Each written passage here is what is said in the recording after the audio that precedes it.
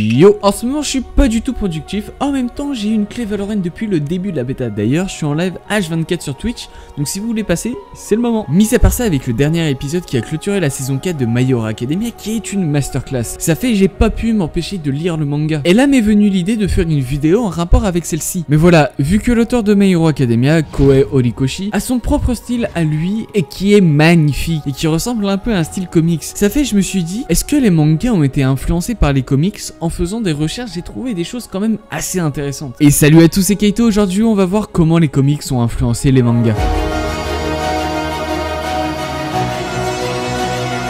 Tout d'abord, le manga a vraiment été connu au début du 19e siècle. Le terme manga a été créé par Hokusai, qui d'abord s'inspire des arts japonais comme les hemaki, qui sont des rouleaux typiques japonais avec des dessins dessus, puis les heihon et les estampes ukiyo-e. Heureusement pour nous, ça s'est développé il y a à peine une vingtaine d'années en Europe, en Occident, un peu partout dans le monde, qui a eu un succès monstre auprès de toutes les générations. Mais maintenant, les comics, eux, qui ont été créés en 1840, qui de base étaient juste des petites bandes dessinées de 4, 6 ou 8 cases. Suite à ça, un siècle après, le comics est arrivé sous forme de livres qui ont été appelés les comics books. D'ailleurs, c'est avec Superman que le comics books a débuté. Suite à ça, si vous ne le saviez pas, pendant la Seconde Guerre mondiale, les comics étaient ou pouvaient être utilisés pour faire de la propagande, comme avec Captain America qui détruit à lui seul l'URSS qui était en face de lui. Bien sûr, les comics sont toujours d'actualité comme les mangas. Déjà, je vais mettre le contexte en place car tout ça remonte après la Seconde Guerre mondiale. Faut savoir que les Japonais étaient sous l'occupation des Américains et ont subi une énorme influence des comics qui ont été traduits puis diffusés en quantité astronomique dans toutes les presses quotidiennes au Japon, avec les plus grands comics comme Captain America, Superman et bien d'autres encore. Par exemple, Osamu Tezuka a été énormément influencé par Walt Disney. C'est tout d'abord un mangaka et animateur qui a fondé son propre studio nommé Tezuka Production, qui a produit Astro Boy d'ailleurs, et en créant celui-ci, il avait déjà une certaine base qui lui a facilité la création d'Astro Boy. Et vu qu'il a grandi pendant l'occupation américaine, il a regardé leurs films et même leurs dessins animés. Concernant Astro Boy, c'est une évidence que c'est inspiré de Superman, que ce soit avec les positions ou même avec les pouvoirs. Mais l'influence du comics dans le manga ne s'est pas arrêtée après la guerre, mais est toujours actuelle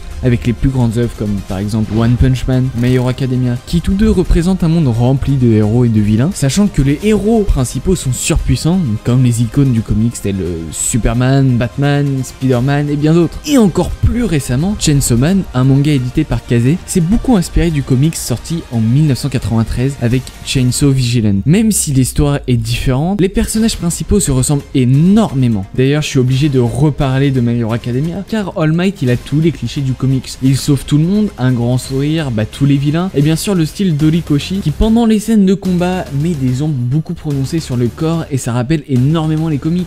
Après, c'est sûr il y a beaucoup de différences comme les dimensions d'un comics par rapport à un manga, les onomatopées, même le style de planche. Voilà, si t'as bien compris, c'est souvent par rapport aux personnages et les pouvoirs qu'il y a des ressemblances. Mais finalement, est-ce un bien ou un mal d'avoir été influencé par les comics? Perso, je pense que c'est un bien et en aucun cas un mal, parce que c'est grâce au partage culturel que le manga a pu avancer dans l'histoire. Et regardez aujourd'hui, ça nous a donné les plus grandes œuvres qu'on lit ou même qu'on regarde. C'est pour ça que je préfère répéter qu'aujourd'hui on a vu l'influence du comics sur le manga et pas le contraire. À voir si j'en ferai d'ailleurs une autre vidéo. Voilà, c'était une courte vidéo avec un sujet que je trouve assez intéressant. Et sur ce, n'hésitez pas à liker, commenter et partager. Sur ce, moi je vous souhaite une bonne journée, une bonne soirée. Allez, Janamina.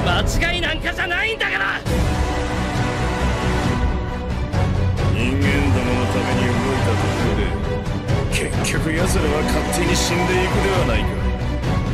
こちらはただ共に終わるだけ。